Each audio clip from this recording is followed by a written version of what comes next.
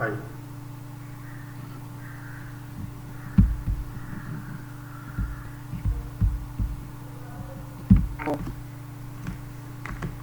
നോക്കൂ, ഇതിൽ കുറെ കമ്പിച്ചുരുളുകൾ കാണുന്നുണ്ടോ?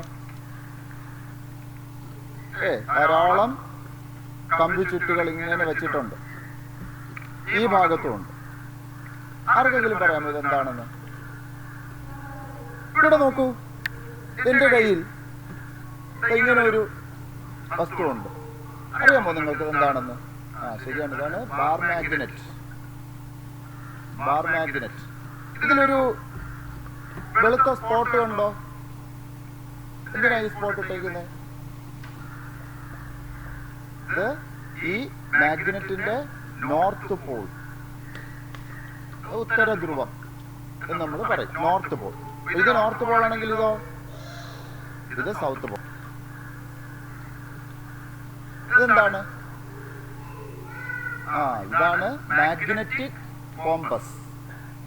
മാഗ്നറ്റിക് കോമ്പസ് എന്ന് പറയുന്നത് എന്താ? ഈ മാഗ്നറ്റിക് കോമ്പസ്, ഇതിനുള്ളിൽ ചലിക്കുന്ന ഒരു നീഡിൽ നിങ്ങൾ കാണുന്നുണ്ടോ? ഇതൊരു മാഗ്നറ്റിക് നീഡിലാണ്. ഈ മാഗ്നറ്റിക് നീഡിലിന്റെ ഒരു അറ്റത്ത് ഒരു റെഡ് മാർക്കിംഗ് കാണുന്നുണ്ടോ? ഈ മാഗ്നറ്റിക് നീഡിലിന്റെ പ്രത്യേകത എന്താണ്?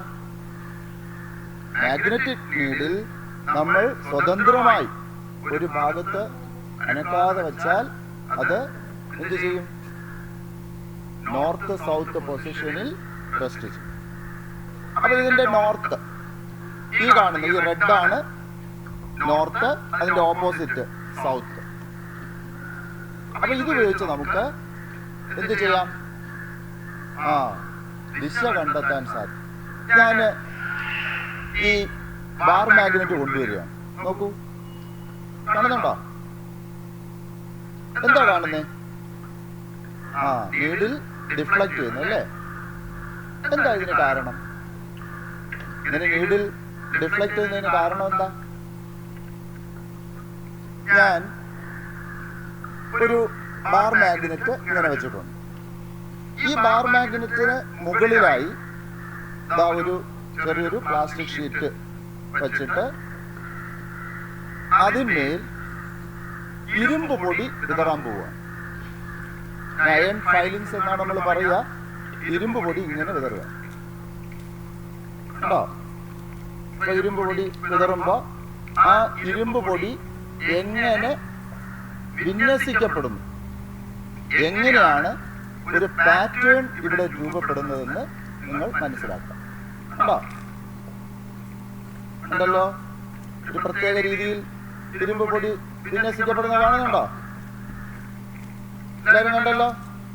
ചെറുതായിട്ട് നമുക്ക് ഇതൊന്ന് ഇങ്ങനെ തട്ടി കൊടുക്കാം. ഉണ്ടോ? ഒന്ന് ടാപ്പ് ചെയ്ത് കൊടുക്കാം. ടാപ്പ് ചെയ്യുമ്പോ ആ ഇരുമ്പ് പൊടി ഉണ്ടോ ഒരു പ്രത്യേക രീതിയിൽ വളരെ ഭംഗിയായി ഇങ്ങനെ വിന്യസിക്കപ്പെടും. എല്ലാവരും കണ്ടല്ലോ ഇത്? കണ്ടോ? ഞാൻ ഈ മാഗ്നറ്റിനെ ഇങ്ങനെ ഉറപ്പിച്ചു വയ്ക്കുക. ഉറപ്പിച്ചു വെച്ചിട്ട് ഈ മാഗ്നറ്റിക് കോമ്പസിനെ ഉറപ്പിച്ചു വയ്ക്കുക. ഉറപ്പിച്ചു വെച്ചിട്ട്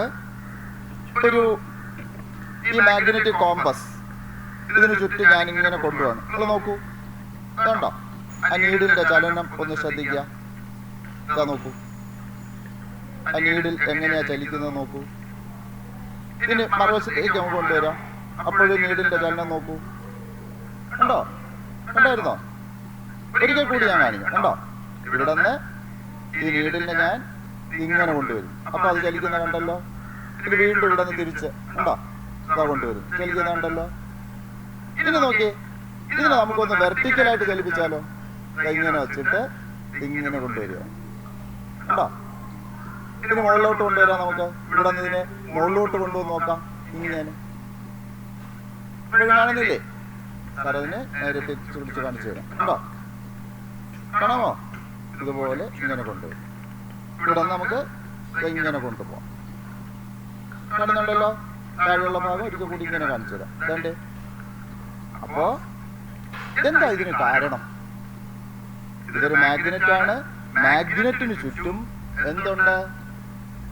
മാഗ്നറ്റിക് ഫീൽഡ്, കാന്തിക മണ്ഡലം. ആ കാന്തിക മണ്ഡലത്തിൽ മറ്റൊരു മാഗ്നറ്റ്, ഇത് മാഗ്നറ്റിക് നീഡിലാണെന്ന് ഞാൻ നേരത്തെ പറഞ്ഞു. അപ്പൊ ഈ രണ്ട് കാന്തിക മണ്ഡലം, ഈ മാഗ്നറ്റിക് നീഡിലിന് ചുറ്റും കാന്തിക മണ്ഡലമുണ്ട്, മാഗ്നറ്റിക് ഫീൽഡ് ഉണ്ട്. ആ മാഗ്നറ്റിക് ഫീൽഡും ഈ ബാർ മാഗ്നറ്റിന് ചുറ്റുമുള്ള എന്താണ്? കാന്തിക മണ്ഡലം. മാഗ്നറ്റിക് ഫീൽഡ് എന്ന് പറയുന്നത് ഒരു തലത്തിൽ മാത്രം ഉള്ളതല്ല. പിന്നെ എന്താ?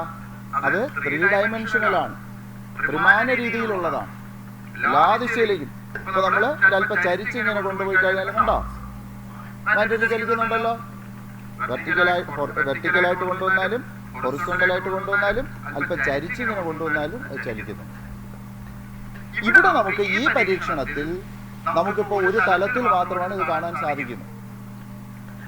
ഇത് ഈ പേപ്പറിൽ എന്ന തലത്തിൽ ഇരുമ്പ് പൊടിയുണ്ട്, എന്നാൽ ചില ഇരുമ്പ് പൊടികൾ ഉണ്ടോ, അയൺ ഫൈലിങ്സ് ഇങ്ങനെ മുകളിലോട്ട് കയറി നിൽക്കുന്നുണ്ടല്ലേ.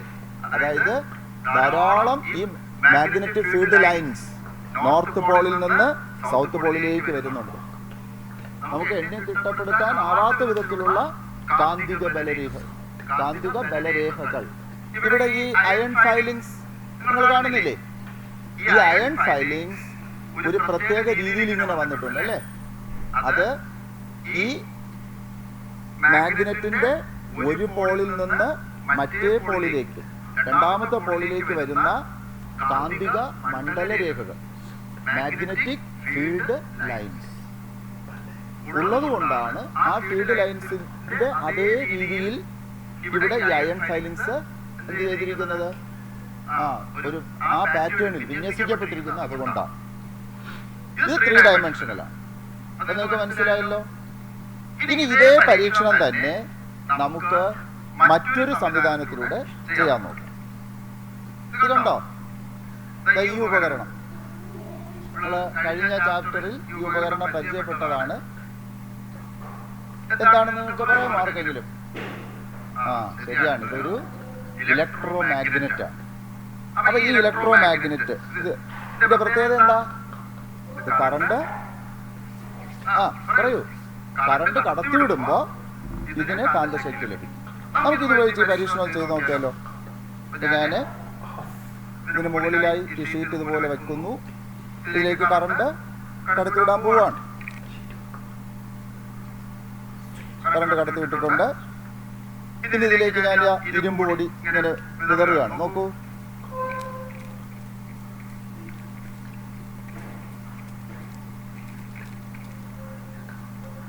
കാണുന്നുണ്ടോ? ആ ഇരുമ്പ് പൊടി ഒരു പ്രത്യേക രീതിയിൽ വിന്യസിക്കപ്പെടുന്നത് കാണുന്നുണ്ടോ? നമുക്ക് നല്ല പാറ്റേൺ കിട്ടാൻ വേണ്ടിയിട്ട് ഇതിലിങ്ങനെ ചെറുതായിട്ട് ഇങ്ങനെ 2 വിരൽ കൊണ്ട് ഇങ്ങനെ ചെറുതായിട്ടൊന്ന് ടാപ്പ് ചെയ്ത് കൊടുത്താൽ മതി. കാണുന്നുണ്ടല്ലോ. അപ്പൊ എന്താ നിങ്ങൾ കാണുന്നത്? നമ്മള് ആദ്യം ഈ മാഗ്നറ്റ് ഉപയോഗിച്ച് പരീക്ഷണം ചെയ്തു, ബാർ മാഗ്നറ്റ് ഉപയോഗിച്ച് പരീക്ഷണം ചെയ്തു. അപ്പോൾ കിട്ടിയ അതേ പാറ്റേൺ തന്നെ നമുക്ക് ഇവിടെ കിട്ടുന്നുണ്ട്. എല്ലാവരും കണ്ടില്ലേ? എന്തെങ്കിലും വ്യത്യാസം ഉണ്ടോ ഇതില്? ഇല്ല, ഒരേ പാറ്റേൺ ആണ് കിട്ടുന്നത്. അപ്പൊ എന്താ നമുക്ക് ഇന്ന് മനസ്സിലാകുന്നത്? ഇവിടെ ഒരു ബാർ മാഗ്നറ്റിന് ചുറ്റും ഉണ്ടാവുന്ന കാന്തിക മണ്ഡലം ഇവിടെയും ഉണ്ടാവുന്നു. ഇവിടെ ഏതിനു ചുറ്റും ഉണ്ടാവുന്നു? ഒരു വൈദ്യുത കാന്തത്തിന് ചുറ്റും, ഇലക്ട്രോ മാഗ്നറ്റിന് ചുറ്റും. നമുക്ക് സ്വിച്ച് ഓഫ് ചെയ്തതിന് ശേഷം ഈ പരീക്ഷണം ചെയ്ത് നോക്കിയല്ലോ. സ്വിച്ച് ഓഫ് ചെയ്തു. ഞാൻ ഇനി ഇതേ പരീക്ഷണം ഒന്ന് ചെയ്യാൻ ശ്രമിക്കുകയാണ്. ഒന്ന് നോക്കൂ. നമുക്ക് ഇരുമ്പ് പൊടി ഒന്ന് തട്ടി നോക്കാം.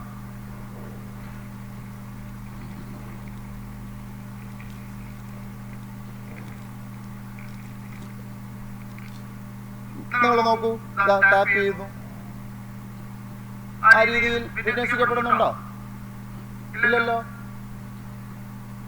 എന്താ കാരണം? അതായത് ഇതൊരു ഇലക്ട്രോ മാഗ്നറ്റ് ആണ്. ഇലക്ട്രോ മാഗ്നറ്റിന്റെ പ്രത്യേകത എന്താ? കറണ്ട് കടന്നു പോകുമ്പോൾ മാത്രം ഇത് കാന്തമായിട്ട് മാറും അല്ലേ? അപ്പോൾ ഈ പരീക്ഷണം ചെയ്യുമ്പോൾ ഒന്ന് രണ്ട് കാര്യങ്ങൾ ശ്രദ്ധിക്കേണ്ടതുണ്ട്. ഈ കാണുന്നത് ഒരു സ്ട്രെയിറ്റ് കണ്ടക്ടറാണ്, ഒരു റിജു ചാലകം, സ്ട്രെയിറ്റ് കണ്ടക്ടർ. അപ്പോൾ ഈ സ്ട്രെയിറ്റ് കണ്ടക്ടറിലൂടെയാണ് കറണ്ട് കടത്തിവിടാൻ പോകുന്നത്. നമ്മളിവിടെ ഒരു മാഗ്നറ്റിക് കോമ്പസ്, ഈ മാഗ്നറ്റിക് കോമ്പസ് ഇതിന് ചുവട്ടിലായിട്ട് ഇങ്ങനെ വെക്കണം. അപ്പോൾ ഒരു കാര്യം ശ്രദ്ധിക്കേണ്ടത്, ഈ മാഗ്നറ്റിക് നീഡിലും ഈ സ്ട്രെയിറ്റ് കണ്ടക്ടർ, മാഗ്നറ്റിക് നീഡിൽ അതിൻ്റെ നോർത്ത് പോൾ നിങ്ങൾക്ക് കാണാം, ഇതാണ് നോർത്ത് പോൾ. അപ്പോൾ ഇത് റെസ്റ്റിൽ വരുമ്പോൾ, ഈ മാഗ്നറ്റിക് നീഡിൽ മാഗ്നറ്റിക് കോമ്പസ് റെസ്റ്റിൽ വരുമ്പോൾ അത് നോർത്ത് സൗത്ത് പൊസിഷനിൽ നിൽക്കും. നമ്മൾ ഈ സ്ട്രെയിറ്റ് കണ്ടക്ടറിനെയും ഈ നീഡിലിനെയും പാരലൽ ആക്കി വെക്കണം. അതിനുവേണ്ടി നമുക്ക് ഈ ഉപകരണത്തെ ഇങ്ങനെ തിരിക്കേണ്ടതുണ്ട്. നോക്കൂ, ഉപകരണത്തെ ഇങ്ങനെ തിരിച്ച് രണ്ടും പാരലാക്കി വെക്കുക. ഉണ്ടോ? പാരലായിട്ടുണ്ടല്ലോ. ഇനി നമുക്ക് കറണ്ട് കടത്തിവിട്ട് നോക്കാം. അപ്പോൾ ഇവിടെ ഒരു കാര്യം ശ്രദ്ധിക്കേണ്ടതുണ്ട്. നമ്മുടെ ഈ ഉപകരണമാണ് ബാറ്ററി എലിമിനേറ്റർ. ഈ ബാറ്ററി എലിമിനേറ്റർ AC യെ DC ആക്കി കിട്ടും. അപ്പോൾ പോസിറ്റീവിൽ നിന്ന് ഞാനിവിടെ കൊടുത്തിരിക്കുന്നത് റിയോസ്റ്റാറ്റിലാണ്. ഒരു സർക്യൂട്ടിലെ കറണ്ട് അഡ്ജസ്റ്റ് ചെയ്യുന്നതിന്, ക്രമീകരിക്കുന്നതിന്, കൂട്ടുന്നതിനും കുറയ്ക്കുന്നതിനും വേണ്ടിയിട്ടാണ് നമ്മൾ റിയോസ്റ്റാറ്റ് ഉപയോഗിക്കുക. ഒരു സർക്യൂട്ടിലെ കറണ്ട് റെഗുലേറ്റ് ചെയ്യുന്നതിന് വേണ്ടിയിട്ടാണ് നമ്മൾ എന്ത് ഉപയോഗിക്കുന്നത്? Rheostat. Rheostat is used to regulate current in a circuit. അപ്പോൾ ഈ പോസിറ്റീവ് എൻഡ് ഞാൻ ഈ ടെർമിനലിൽ കണക്ട് ചെയ്യാം. പോസിറ്റീവ്, നെഗറ്റീവ് ഈ ടെർമിനലിൽ കണക്ട് ചെയ്യും. ഓക്കെ, അപ്പോൾ എന്താണ് ഇത്? Positive end. ഇപ്പോൾ ഇവിടെ ഒരു സ്വിച്ച് കണക്ട് ചെയ്തിട്ടുണ്ട്. കറണ്ട് ഈ ഡയറക്ഷനിൽ ഇതിലൂടെ കടന്ന് ഇങ്ങനെ വന്ന് നെഗറ്റീവിലെത്തുക.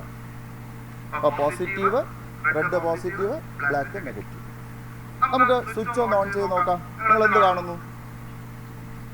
നീഡിൽ ഡിഫ്ലക്ട് ചെയ്യുന്നുണ്ടല്ലോ. നീഡിൽ ഡിഫ്ലക്ട് ചെയ്തത് എന്തുകൊണ്ടായിരിക്കും? ഇവിടെ ഈ നീഡിൽ ഡിഫ്ലക്ട് ചെയ്യും. ഈ നീഡിന്റെ ഡിഫ്ലക്ഷന്റെ ദിശ ഏതാണ്? ഞാൻ സ്വിച്ച് ഓഫ് ചെയ്തപ്പോൾ അത് വീണ്ടും തിരികെ നോർത്ത് സൗത്ത് പൊസിഷനിലേക്ക് വന്നു. നമുക്ക് ഈ പരീക്ഷണം ചെയ്യുന്ന സമയത്ത് നമുക്ക് പാഠപുസ്തകത്തിലെ പേജ് നമ്പർ 35 ടേബിൾ 2122 അത് രണ്ടും ഫില്ല് ചെയ്യേണ്ടതുണ്ട്. അതുകൊണ്ട് പരീക്ഷണം വളരെ ശ്രദ്ധിച്ച് നിങ്ങൾ മനസ്സിലാക്കുക. ഇവിടെ നോക്കൂ, സ്വിച്ച് ഓൺ ചെയ്യുമ്പോൾ കറണ്ടിന്റെ ഡയറക്ഷൻ, അതാ കറണ്ടിന്റെ ഡയറക്ഷൻ ഇവിടെ പഠിച്ചിട്ടുണ്ടല്ലോ. കറണ്ടിന്റെ direction from positive to negative. എങ്ങനെ ഒരു ചാലകത്തിലൂടെ, ഒരു കണ്ടക്ടറിലൂടെ കറണ്ട് ഒഴുകുന്നു എന്ന് പറഞ്ഞാൽ എന്തിന്റെ ഒഴുക്കാണ്? ശരിയാണ്, ഇലക്ട്രോണുകളുടെ ഒഴുക്കാണ്. കറണ്ട് പോസിറ്റീവിൽ നിന്ന് നെഗറ്റീവിലേക്കാണ്. പിന്നെ ഇലക്ട്രോണുകളുടെ ഡയറക്ഷനോ? ഇലക്ട്രോണുകൾ ഒഴുകുന്നത് നേരെ തിരിച്ച് എന്ന് പറഞ്ഞാൽ ഏതാ? നെഗറ്റീവിൽ നിന്ന് പോസിറ്റീവ്. അപ്പൊ ഇലക്ട്രോണുകൾ, ഇപ്പൊ കറണ്ടിന്റെ ദിശ, ഇതിപ്പോ ഞാൻ എൻഡ് എ എന്നും ഇത് എൻഡ് ബി എന്നും എടുക്കാം. ഈ കണ്ടക്ടറിന്റെ എൻഡ് എ എൻഡ് ബി. അപ്പൊ this is the direction of current. അപ്പൊ which is the direction of flow of electrons from B to A. അക്കാര്യം കൂടെ നമ്മൾ ഓർമ്മിക്കണം. Direction of flow of electrons is conventionally direction of current is taken from positive to negative. Direction of flow of electrons is taken from just opposite to direction of current. Appo if direction of current is from A to B, then direction of flow of electrons is from B to A. Clear? അപ്പോൾ നമുക്കറിയാം clockwise anticlockwise എന്ന് നിങ്ങൾ പഠിച്ചിട്ടുണ്ട്. എന്താണ് ഈ clockwise anticlockwise? പ്രദക്ഷിണ ദിശ, അപ്രദക്ഷിണ ദിശ. ഇവിടെ വാച്ചിലെ ഉണ്ടോ വാച്ചിലെ നീഡിൽസിന്റെ ചലനദിശ, ഇതാണ് ക്ലോക്ക് വൈസ്, പ്രദക്ഷിണ ദിശ എന്ന് പറയും. അതിന് ഓപ്പോസിറ്റ് ആയിട്ട് വരുന്നത് വാച്ചിലെ നീഡിലിന്റെ ശരിക്കുമുള്ള ഡയറക്ഷൻ ഓഫ് മോഷന് ഓപ്പോസിറ്റ്. അതാണ് അപ്രദക്ഷിണ ദിശ, അല്ലെങ്കിൽ എന്താണ് ആന്റി ക്ലോക്ക് വൈസ്. അപ്പൊ ഇവിടെ നോക്കിയേ, ഈ എൻഡ് നമുക്ക് എ എന്നെടുക്കാം, ഈ എൻഡ് ബി എന്ന്. അപ്പോൾ കറണ്ട് പ്രവഹിക്കുന്നത് എയിൽ നിന്ന് ബിയിലേക്കാണ്. ഇവിടെ നോക്കൂ, മാഗ്നറ്റിക് കോമ്പസ് ഈ സ്ട്രെയിറ്റ് കണ്ടക്ടറിന് താഴെയാണ് വെച്ചിരിക്കുന്നത്. Magnetic compass is placed below this straight conductor. Switch on ചെയ്യുന്ന സമയത്ത് കറണ്ട് എയിൽ നിന്ന് ബിയിലേക്കാണ് പ്രവഹിക്കുക. നിങ്ങൾ ഈ കോമ്പസിലെ നോർത്ത് പോൾ, നീഡിലിൻ്റെ നോർത്ത് പോളിൻ്റെ ചലനം ഒന്ന് ശ്രദ്ധിക്കുക. നോക്കൂ, എങ്ങോട്ടാണ് ഈ കോമ്പസിൻ്റെ നോർത്ത് പോൾ ചലിച്ചിരിക്കുന്നത്? കറക്റ്റ്. അത് എങ്ങോട്ടാണ്? അപ്രദക്ഷിണ ദിശയിൽ, അതായത് ആന്റി ക്ലോക്ക് വൈസ് ഡയറക്ഷൻ. വാച്ചിലെ സൂചികളുടെ ചലനത്തിന് ഓപ്പോസിറ്റ് ഡയറക്ഷൻ. ഇനി നമുക്ക് കറണ്ട് ഒന്ന് റിവേഴ്സ് ചെയ്ത് നോക്കാം. അപ്പോൾ കറണ്ട് റിവേഴ്സ് ചെയ്യുന്നതിനായിട്ട് പോസിറ്റീവ് ടെർമിനലും നെഗറ്റീവ് ടെർമിനലും പരസ്പരം മാറ്റി കണക്ട് ചെയ്യുക. ഇനി നമുക്ക് സ്വിച്ച് ഒന്ന് ഓൺ ചെയ്ത് നോക്കാം. അപ്പോൾ കറണ്ട് എവിടെ നിന്ന് എങ്ങോട്ടാ? ഇത് പോസിറ്റീവാണ്. അപ്പോൾ ഇങ്ങനെ, അതായത് from B to A. Switch on ചെയ്ത് നോക്കുന്നു, ഉണ്ടോ? എങ്ങോട്ടാണ് മാഗ്നറ്റിക് നീഡിലിൻ്റെ നോർത്ത് പോൾ ഡിഫ്ലക്റ്റ് ചെയ്തത്? ശരി തന്നെയാണ്. അതായത് ക്ലോക്ക് വൈസ് ഡയറക്ഷനിൽ, പ്രദക്ഷിണ ദിശയിലാണ് ഇവിടെ ഇപ്പോൾ ഈ മാഗ്നറ്റിക് നീഡിലിൻ്റെ നോർത്ത് പോൾ ചലിച്ചിരിക്കുന്നത്. ഇനി നമുക്ക് ഇതേ പരീക്ഷണം തന്നെ ഈ മാഗ്നറ്റിക് കോമ്പസിനെ ഈ കണ്ടക്ടറിന് മുകളിലായി സ്ഥാപിച്ച് നോക്കിയാലോ? നോക്കൂ, അതിനായിട്ട് നമുക്ക് ഈ സംവിധാനം ഉപയോഗിച്ച് ഈ മാഗ്നറ്റിക് കോമ്പസിനെ ഈ സ്ട്രെയിറ്റ് കണ്ടക്ടറിന് മുകളിൽ ഇതുപോലെ പ്ലേസ് ചെയ്യാം. ഉണ്ടോ? ഇതുപോലെ പ്ലേസ് ചെയ്തിട്ട് നമ്മൾ ആദ്യം കറണ്ട് എയിൽ നിന്ന് ബിയിലേക്ക് കടത്തിവിടുക. ഇവിടെ ഇപ്പോൾ ഇത് പോസിറ്റീവ് ടെർമിനലായി, ഇത് നെഗറ്റീവ് ടെർമിനൽ.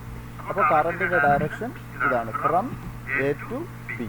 അപ്പോൾ നോക്കൂ, സ്വിച്ച് ഓൺ ചെയ്യുമ്പോൾ ഈ നീഡിലിൻ്റെ ഡിഫ്ലക്ഷൻ, നീഡിലിൻ്റെ നോർത്ത് പോളിൻ്റെ ഡിഫ്ലക്ഷൻ ഒന്ന് ശ്രദ്ധിക്കും. ഉണ്ടോ?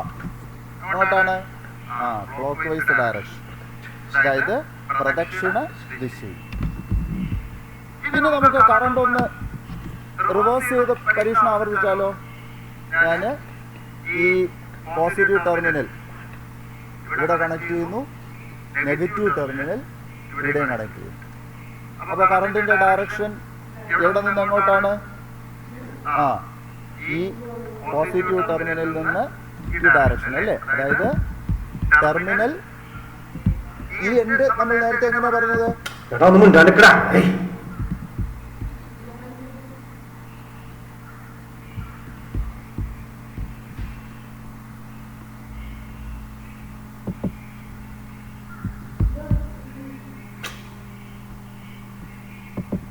ഇവിടെ ഇപ്പോൾ പോസിറ്റീവ് ടെർമിനലായി, ഇത് നെഗറ്റീവ് ടെർമിനൽ. അപ്പോൾ കറണ്ടിൻ്റെ ഡയറക്ഷൻ ഇതാണ്.